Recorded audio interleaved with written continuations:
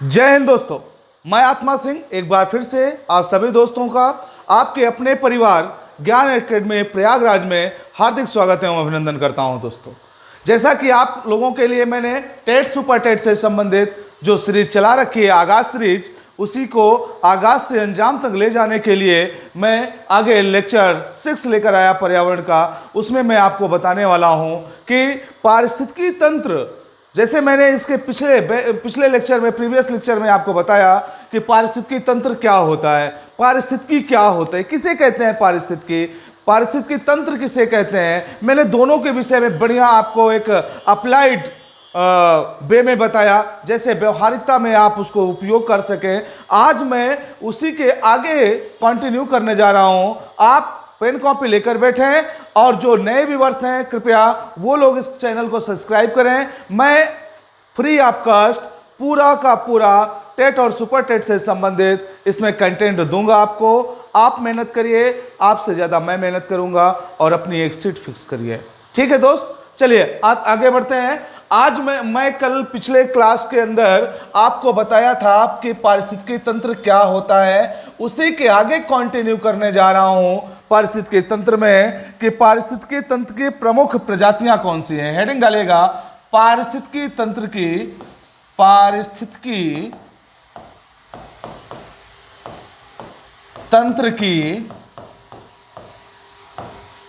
प्रमुख प्रजातियां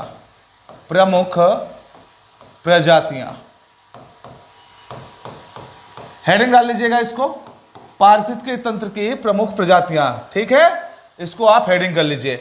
पारिस्थितिकी तंत्र की प्रमुख प्रजातियों में पहले हम देखते हैं की स्टोन प्रजाति। पहले कौन सी प्रजाति देखेंगे हम? की स्टोन। देखिए, इसको बहुत ही इजी वे में समझाऊंगा आपको। की स्टोन स्पीसीज, ठीक है।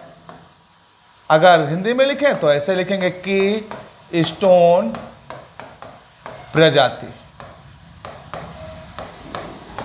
ठीक है, अब देखिए की स्टोन प्रजाति क्या होता है। ये अपने नाम से कुछ बयां कर रहा है आपके सामने।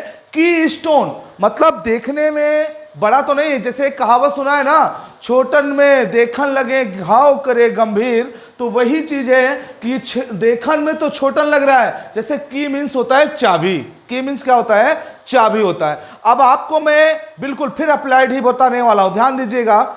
जैसे आप घर में ताला लगाना भूल गए, अपने घर में ताला लगाना भूल गए, कहीं आप किसी के यहां निमंत्रण में गए हुए हैं। अब वहां पर पहुंचने के बाद आपको याद आता है कि हमने घर में ताला नहीं लगाया। उसके बाद आपकी जो परेशानियां सामने आती हैं वो देखने लायक होती है। मात्र आपने ताला नहीं लगाया, मतलब चाबी बंद करके चाबी अपने पास नहीं रखा।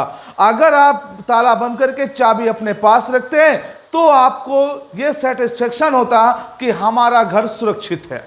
सोचिए, एक छोटी सी इतनी सी चाबी आपके पूरे घर को सुरक्षा दे रही है, आपके पूरे घर का प्रतिनिधित्व कर रही है। सेम उसी तरह से इन्वायरमेंट के सेक्टर में अगर आप आ जाएं तो देखें, कोई एक ऐसी प्रजाति होगी जिसका बायोमास, जिसको जैव भार कहते हैं, जिसका बायोमास जैव भार तो देखने में कम है, उसकी पॉपुलेशन भी कम है। जंगल के अंदर या किसी भी पारितंत्र की बात कर लीजिए आप, वहां पर उसकी संख्या तो कम दिखेगी, लेकिन जो उसका इफेक्ट है, प्रभाव है, वो बहुतायत में दिखेगा। सपोज करिए एक डायग्राम ले लेते हैं। चलिए, एक डायग्राम के माध्यम से आपको समझाने का मैं एक प्रयास करता हूं, छोटा सा प्रयास करता हूं आपको समझाने का। देखिएगा, छोटा सा प्रयास है मेरा। जैसे मान लीजिएगा ये पेड़ पौधे हैं, ठीक है, ये क्या है? पेड़ पौधे हैं, ये पेड़ पौधे हैं आपके, ठीक है, नेचुरल पेड़ पौधे हैं। इनके बीच बीच में घास फूस है, झाड़ियां हैं, ये सब कुछ है। अब आप तो समझ गए होंगे मैं बना क्या रहा हूं। ये बना दिया मैं आपके लिए वन पारितंत्र। क्या बनाया? वन पारितंत्र। आप देखिए, इस वन पारितंत्र के अंदर, इस इकोसिस्टम में बहुत सारे जीव जंतु आपको देखने को मिलेंगे। बहुत सारे, ढेर सारे जीव जंतु आपको देखने को मिलते हैं। जब यहां पर जीव जंतुओं की आप बात करते हैं तो बाबू यहां पर आपको देखने को मिलेगा शेर, चीता, वैसे चीता तो ज्यादातर घास के मैदान में होता है। शेर कर लीजिए, टाइगर कर लीजिए आप, क्या टाइगर, टाइगर है ना, या छोटे छोटे और जीव जंतु लकड़बग्घा, लकड़बग्घा है ना, सियार, अदरवाइज बहुत सारे आपको जीव जंतु यहां पर देखने को मिलेंगे। भाई जंगल है तो जंगल में तो विभिन्न प्रकार की आपको प्रजातियों के जीव जंतु देखने को मिलेंगे, लेकिन आप देखिए एक दूसरे से जो पॉपुलेशन है वो इनकी कम होगी, एक दूसरे से पॉपुलेशन कम होगी, उनका जैव भार कम होगा, बायोमास कम होगा। कैसे, देखो कैसे कम होता है। देखिए सियार की पॉपुलेशन जो होगी वो ज्यादा होगी, बायोमास भी ज्यादा होगा इनसे सबसे। लकड़बग्घा की उसके बाद पॉपुलेशन होगी, लेकिन उसके सियार की अपेक्षा कम होगी इसकी पॉपुलेशन, और इसका जैव भार भी कम होगा। टाइगर की संख्या लिमिट में होगी, होगी ना लिमिट में। अच्छा, शेर की संख्या लिमिट में होगी, लेकिन बाबू आप लोग बताइए जंगल में प्रभाव किसका ज्यादा दिखता है, किसका प्रभाव ज्यादा दिखाई पड़ेगा? आप लोग इसको कमेंट बॉक्स के अंदर जरूर छोड़िएगा, आप जवाब दीजिए कि किसका प्रभाव ज्यादा इस जंगल में दिखाई पड़ेगा। मैं समझ रहा हूं आपके दिमाग में चीजें आ गई हैं, उसको टाइप करिए, आप बिल्कुल टाइप करिए कमेंट में जो आप सोच रहे हैं। चलिए ठीक है, चलिए मैं बताता हूं। इसमें आप देखेंगे शेर है, टाइगर है, इनका जो है वहां वर्चस्व दिखाई पड़ेगा। पॉपुलेशन कम है, जैव भार कम है, फिर भी जो इफेक्ट है पूरे जंगल में सबसे ज्यादा इनका दिखाई पड़ता है। इसीलिए अगर मैं कहूं वन पारितंत्र के लिए कीस्टोन प्रजाति कौन सी है दोस्त, तो कीस्टोन प्रजाति यहां पर वन पारितंत्र के लिए कौन हो जाएगा? शेर और टाइगर हो जाएंगे। समझ में आई बात, आई कि नहीं? चलिए एक और उदाहरण ले लेते हैं, एक उदाहरण के माध्यम से और हम देखते हैं। चलिए देखते हैं, जैसे हमने कहा ये जलीय पारितंत्र है दोस्त, क्या ये जलीय पारितंत्र है, समझना इसको। ये मैं आपके सामने क्रिएट कर रहा हूं जलीय पारितंत्र, इसको हम बोलेंगे समुद्र, है ना, इसको हम बोलेंगे समुद्र, ठीक है। चलिए ये सागरीय पारितंत्र हो गया, क्या बोलेंगे इसको? सागरीय पारितंत्र।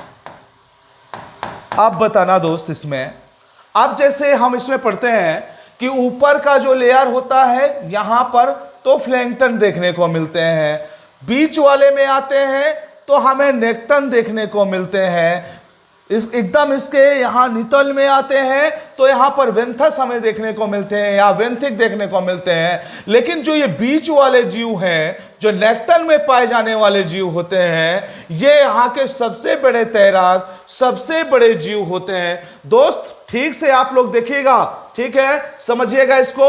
ऊपर जो पाए जाते हैं छोटे छोटे जीव पाए जाते हैं, ऐसे जीव जो ऊपर की लेयर में अपना सर्वाइव करते हैं। लेकिन जो बड़े जलीय जीव होते हैं, बड़े जलीय जीव मीन्स जैसे व्हेल हो गया, वहां पर डॉल्फिन हो गया, और कई सारे आपके जो जीव होते हैं वो देखने को मिलेगा। अब देखिए व्हेल के विषय में अगर मैं बात करूं, व्हेल को ले लीजिए आप। चलिए व्हेल को ले लिया मैंने, क्या व्हेल की पॉपुलेशन यहां अन्य पाई जाने वाली जो पॉपुलेशन है, अन्य पाई जाने वाली जो पॉपुलेशन है उससे कम होती है कि ज्यादा होती है? आप बताइए मुझे, कम होती है कि ज्यादा होती है, बताइएगा। ठीक है,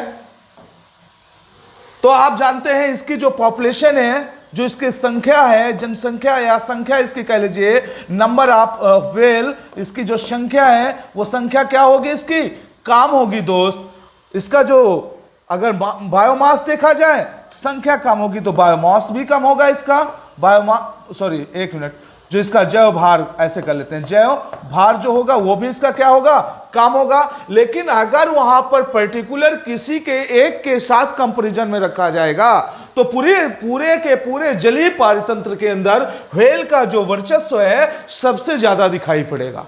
मतलब जैव भार कम, संख्या कम, लेकिन इफेक्ट सबसे ज्यादा, पूरे के पूरे पारितंत्र में इसका इफेक्ट देखने को मिलता है। क्या ये बात समझ में आई जलीय पारितंत्र के विषय में कि संख्या कम है? बात को समझना, डेफिनेशन को फिर से बता देता हूं कि कीस्टोन प्रजाति उनको कहते हैं जिनकी पॉपुलेशन कम होती है, जैव भार भी कम होता है, लेकिन उनका इफेक्ट सबसे ज्यादा दिखाई पड़ता है। चलिए अप्लाइड क्वेश्चन में और लेके आता हूं, आपके घर परिवार से जोड़ देता हूं। जैसे पापा है, मम्मी है, हम 3-4 भाई बहन हैं, उनके बीच में ही मैं इस बात को लगा देता हूं, लागू कर देता हूं। जैसे मान लीजिए पापा जी हैं, पापा जी संख्या में कितने हैं? एक ही तो होंगे ना।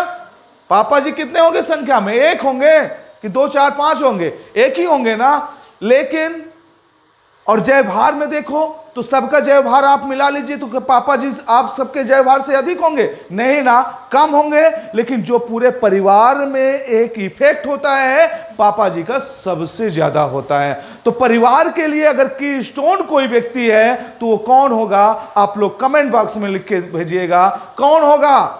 कमेंट बॉक्स में जरूर डालिएगा इस बात को। ये आपके लिए क्वेश्चन है, इसका जवाब दीजिए कि परिवार में एक 6-7 लोगों के परिवार में की स्टोन कौन होगा। ठीक है, चलिए ये हो गया आपका की स्टोन प्रजाति। समझ में आया? चलिए अगर समझ में आया है तो कमेंट बॉक्स में थम्स अप करिए, चैनल को सब्सक्राइब करिए। जो नए व्यूअर्स हैं वो चैनल को जरूर सब्सक्राइब करें, और जो पुराने हैं उनको लिए कोटि कोटि धन्यवाद। ज्यादा से ज्यादा लोगों को इसको शेयर करें और लाइक करना ना भूलें दोस्त। क्यों? क्योंकि आपसे केवल इतनी अपेक्षा करता हूं कि आप चैनल को लाइक जरूर करते रहिए, वीडियो को लाइक करते रहिए। इससे क्या होता है, मेरा मोटिवेशन होता है और मैं अच्छे अच्छे कंटेंट लाने का और भरसक प्रयास करूंगा। ठीक है दोस्तों, चलिए आगे आ जाओ। नेक्स्ट उसमें आ जाते हैं। नेक्स्ट आ गया फाउंडेशन प्रजाति। हेडिंग डाल दीजिएगा फाउंडेशन प्रजाति। फाउंडेशन प्रजाति, ठीक है। क्या होती है? फाउंडेशन प्रजाति। सर फाउंडेशन प्रजाति क्या होती है? अगर फाउंडेशन प्रजाति को आप देखो, फाउंडेशन प्रजाति, फाउंडेशन स्पीशीज, अगर इसको आप देखो फाउंडेशन प्रजाति को, तो ये क्लियर कर देता है एकदम। फाउंडेशन का मतलब होता है बाबू आधार। क्या होता है? फाउंडेशन का मतलब है आधार।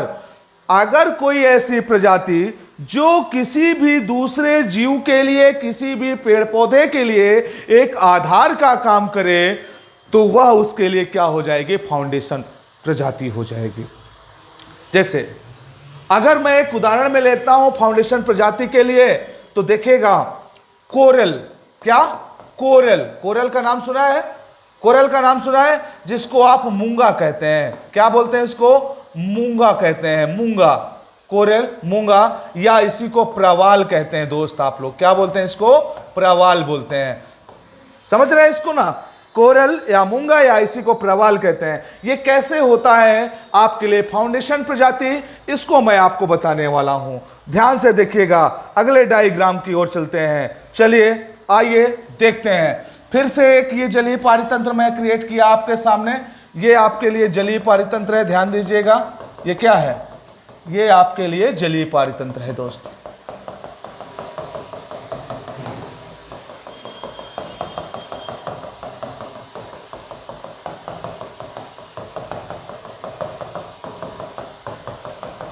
ये आपके लिए जलीय पारितंत्र है। ध्यान से देखिएगा, बहुत इंपॉर्टेंट कॉन्सेप्ट होगा ये आपके लिए। दरअसल जो ये कोरल होता है, यह एक समुद्री जीव होता है। क्या होता है? जीव होता है, एक समुद्री जीव होता है कोरल। अब कोरल जो जीव है, ये कोरल की अगर मैं थोड़ा सा आपसे चर्चा करूं इसके विषय में, तो देखिएगा जो ये जीव है, ये कैल्शियम कार्बोनेट की कवर से ढका होता है। CaCO3, हाँ, कैल्शियम कार्बोनेट की कवर से ढका होता है। कवर से ढका होता है, ठीक है। इसी से सुरक्षित होता है। वैसे तो ये मुलायम होता है, लेकिन कैल्शियम कार्बोनेट आप जानते हैं इसको क्या बोलते हैं? चूना पत्थर बोलते हैं। क्या बोलते हैं इसको? चूना पत्थर। ठीक है दोस्त। अब देखिए, अब आगे यहां से कहानी शुरू होती है। यहां पर ये जीव तलैटी में पाया जाता है, कठोर कवच वाला है, यहां पर पाया जाएगा। अब ये इसका जो भोजन होता है, किसका? कोरल का, जीव का जो भोजन होता है दोस्त, तो ये क्या होता है? हरे शैवाल इसके भोजन होते हैं। हरे शैवाल इसके भोजन होते हैं, और इसका दूसरा भोजन होता है दोस्तों कैल्शियम कार्बोनेट। क्या होता है? Calcium carbonate. पहला हरे शैवाल। अब देखिएगा, ये हरे शैवाल की खोज में ऊपर जाता है। कहां जाएगा? ऊपर। क्यों? हरे शैवाल नीचे थोड़ी ना मिलने वाले हैं, क्योंकि जहां प्रकाशीय क्षेत्र होगा, जहां तक प्रकाश गमन करेगा, उसी क्षेत्र में ही आपको देखने को मिलेगा क्या? शैवाल। अब देखिए, यहां पर ये शैवाल ऊपर डेवलप होते हैं, यहां पर शैवाल डेवलप होते हैं, छोटे छोटे शैवाल यहां पर डेवलप हो जाते हैं। अरे बाबू, जिसको आप गांव की भाषा में काई बोलते हैं, क्या बोलते हैं इसको? काई। जिसको गांव की भाषा में क्या बोलते हैं आप? काई बोलते हैं। वही ये शैवाल की मैं बात कर रहा हूं।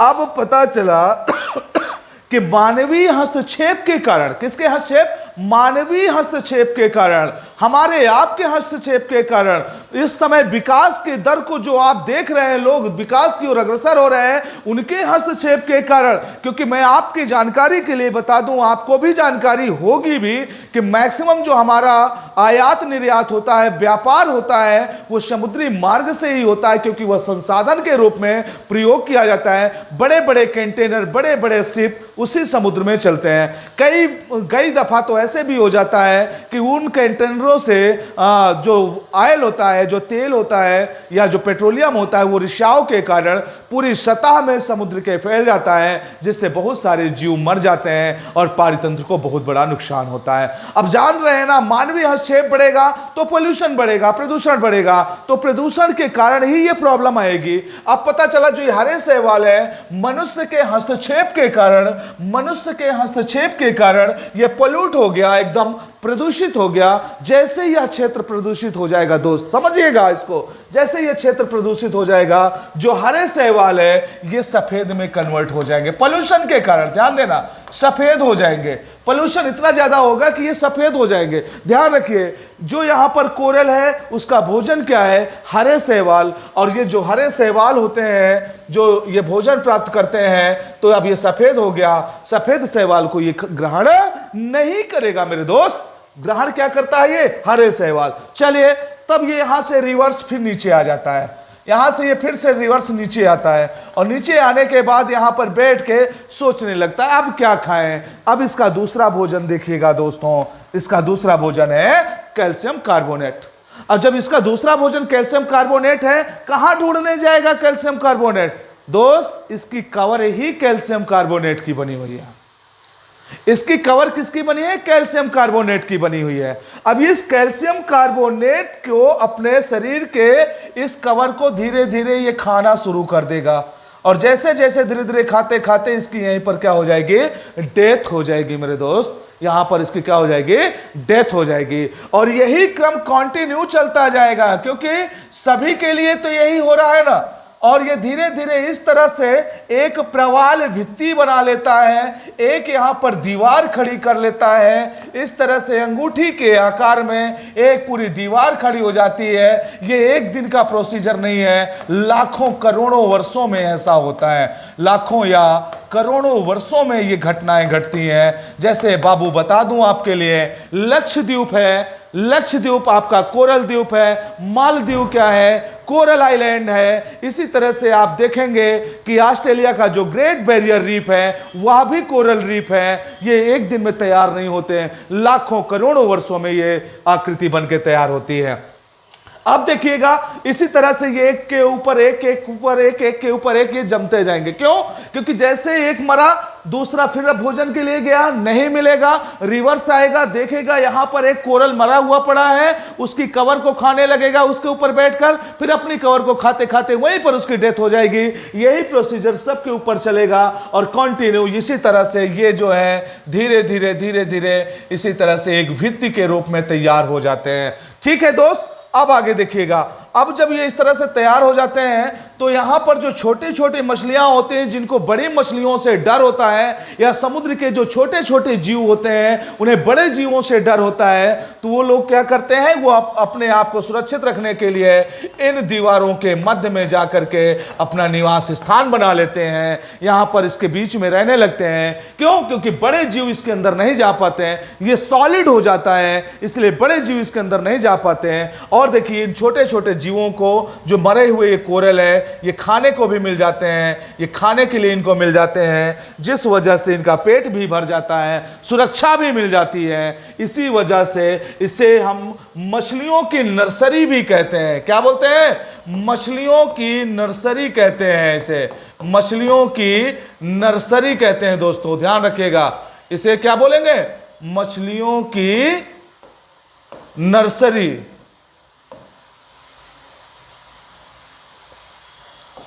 नर्सरी कहते हैं, मछलियों की नर्सरी भी कहते हैं। और समुद्र का वर्षा वन भी इसे कहा जाता है दोस्तों, समुद्र का वर्षा वन भी इसे कहते हैं, समुद्र का वर्षा वन। ध्यान देना, वर्षा वन भी कहा जाता है। क्यों? क्योंकि समुद्र का जो सबसे ज्यादा जैव विविधता मिलता है इन्हीं कोरल क्षेत्रों में मिलता है, तो इसे हाई बायोडाइवर्सिटी का एरिया भी कहा जाता है समुद्र के लिए, हाई बायोडाइवर्सिटी। ठीक है ना, ध्यान रखिएगा।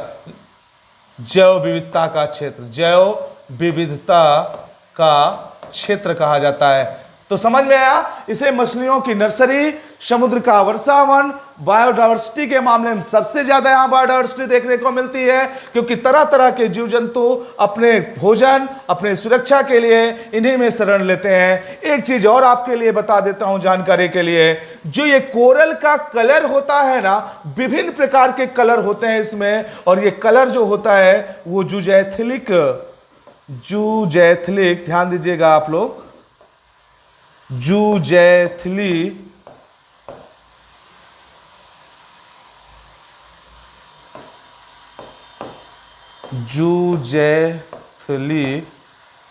नामक शैवाल के कारण होता है।